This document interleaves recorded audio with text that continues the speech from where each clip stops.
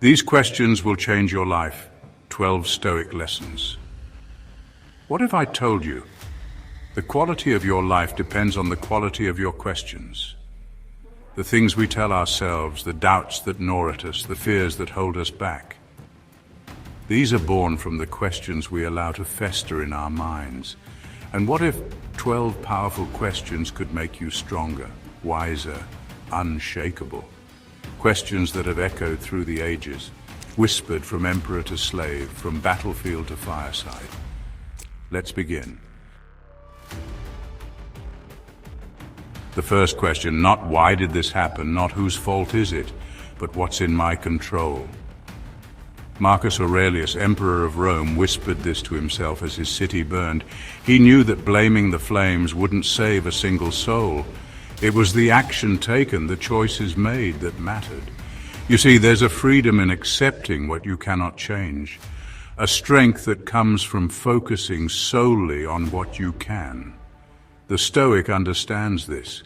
He doesn't waste time railing against the storm. He seeks shelter, adjusts his sails, and navigates through it. Focus on your effort, not the outcome. The outcome, the fickle hand of fate that is for the gods to decide. Own it. You are a fire, a finite resource. Burn too brightly on that which does not matter, and you will be ash and cinder before your time. Seneca, the wise Stoic, once said, "We suffer more in imagination than in reality." How often do we burn for things that haven't happened, for slights imagined, for battles not worth fighting? You are not tired, you're simply distracted. Ask yourself with brutal honesty, is this worth my energy? Is this thing, this person, this problem worth diminishing your inner flame? Choose your battles, not with the fury of a raging inferno, but with the calm focus of a blacksmith's forge. Direct your energy towards that which fuels your purpose, that which refines you, that which brings you closer to the man you are meant to be. Let the rest burn away. Stoicism is not a philosophical cloak you wear for comfort. It's not a badge of intellectual superiority. It is the armor you don every single morning, forged in the fires of self-mastery. And like any armor, it is useless unless worn in the heat of battle. So ask yourself, not tomorrow, not when it's convenient, but right now, what virtue can I practice in this very moment? Justice, patience, courage, wisdom. These are not mere words, they are weapons. Choose your weapon. The world will test you.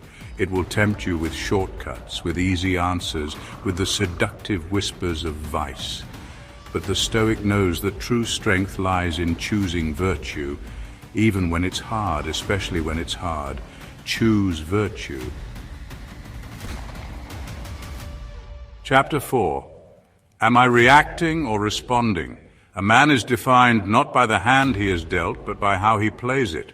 Life will throw its storms. It will test your mettle, push you to the brink. The question is, will you break or will you bend like the willow and weather the storm?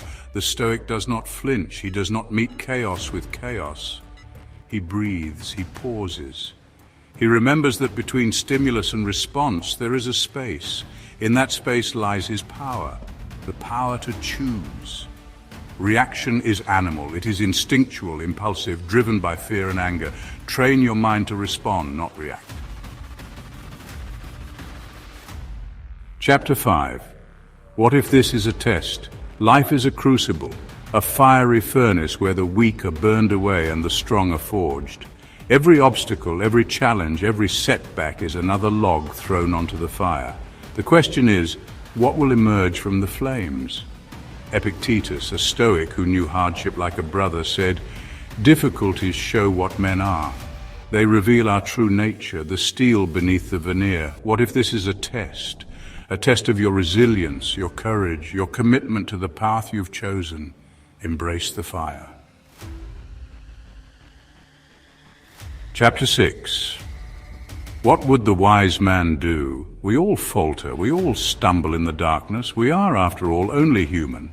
But the Stoic understands that within each of us resides a spark of the divine, a capacity for reason, for virtue, for greatness.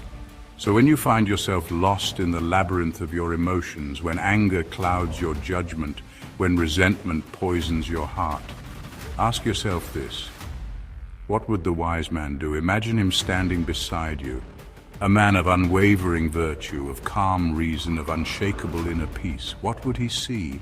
What would he do? How would he respond to this situation? His wisdom is your birthright. His strength is your potential. Chapter 7. The weight of the world. We carry it on our shoulders like Atlas himself, burdened by every slight, every worry, every perceived injustice. But how much of this weight is truly ours to bear? How much of it is simply the illusion of importance, a trick of the mind? Ask yourself with brutal honesty, will this matter in 5 years? Will this traffic jam, this spilled drink, this missed opportunity hold any significance in the grand tapestry of your life? The Stoic understands the ephemeral nature of life. He knows that time marches on, indifferent to our anxieties and frustrations. Let go of the insignificant. Chapter 8. We are all works in progress, chiseled by our choices, shaped by our experiences. But are we carving ourselves into the image we truly desire, or are we allowing ourselves to be molded by the expectations of others, by the whims of society? Ask yourself not what your parents wanted, not what your friends expect, but am I becoming who I admire? Who are the figures, real or imagined, that inspire you? What qualities do they embody that resonate with your soul? Carve yourself into the man you were born to be. Chapter 9. We are creatures of comfort, drawn to the familiar, the safe, the painless. But growth, true growth, lies beyond the borders of our comfort zones. It thrives in the face of fear, in the heart of discomfort. Ask yourself, what am I avoiding? What truths am I unwilling to face? What challenges am I too afraid to confront? What parts of myself am I hiding from? The Stoic does not shy away from discomfort. He embraces it as a teacher, a guide on the path to self-mastery. He understands that what we resist persists. Face your fears. The blade hangs by a thread, a reminder of our mortality, a stark and necessary truth that we often try to ignore. But the Stoic embraces this truth. He uses it to sharpen his focus, to ignite his purpose. Marcus Aurelius, the philosopher king, wrote, "You could leave life right now. Let that determine what you do, say, and think. Live each day as if it were your last." We are all storytellers, weaving narratives about ourselves, about the world, about our place in it. But are these stories serving us, or are they holding us back, keeping us trapped in cycles of self-doubt and limitation? Ask yourself, what story am I telling myself?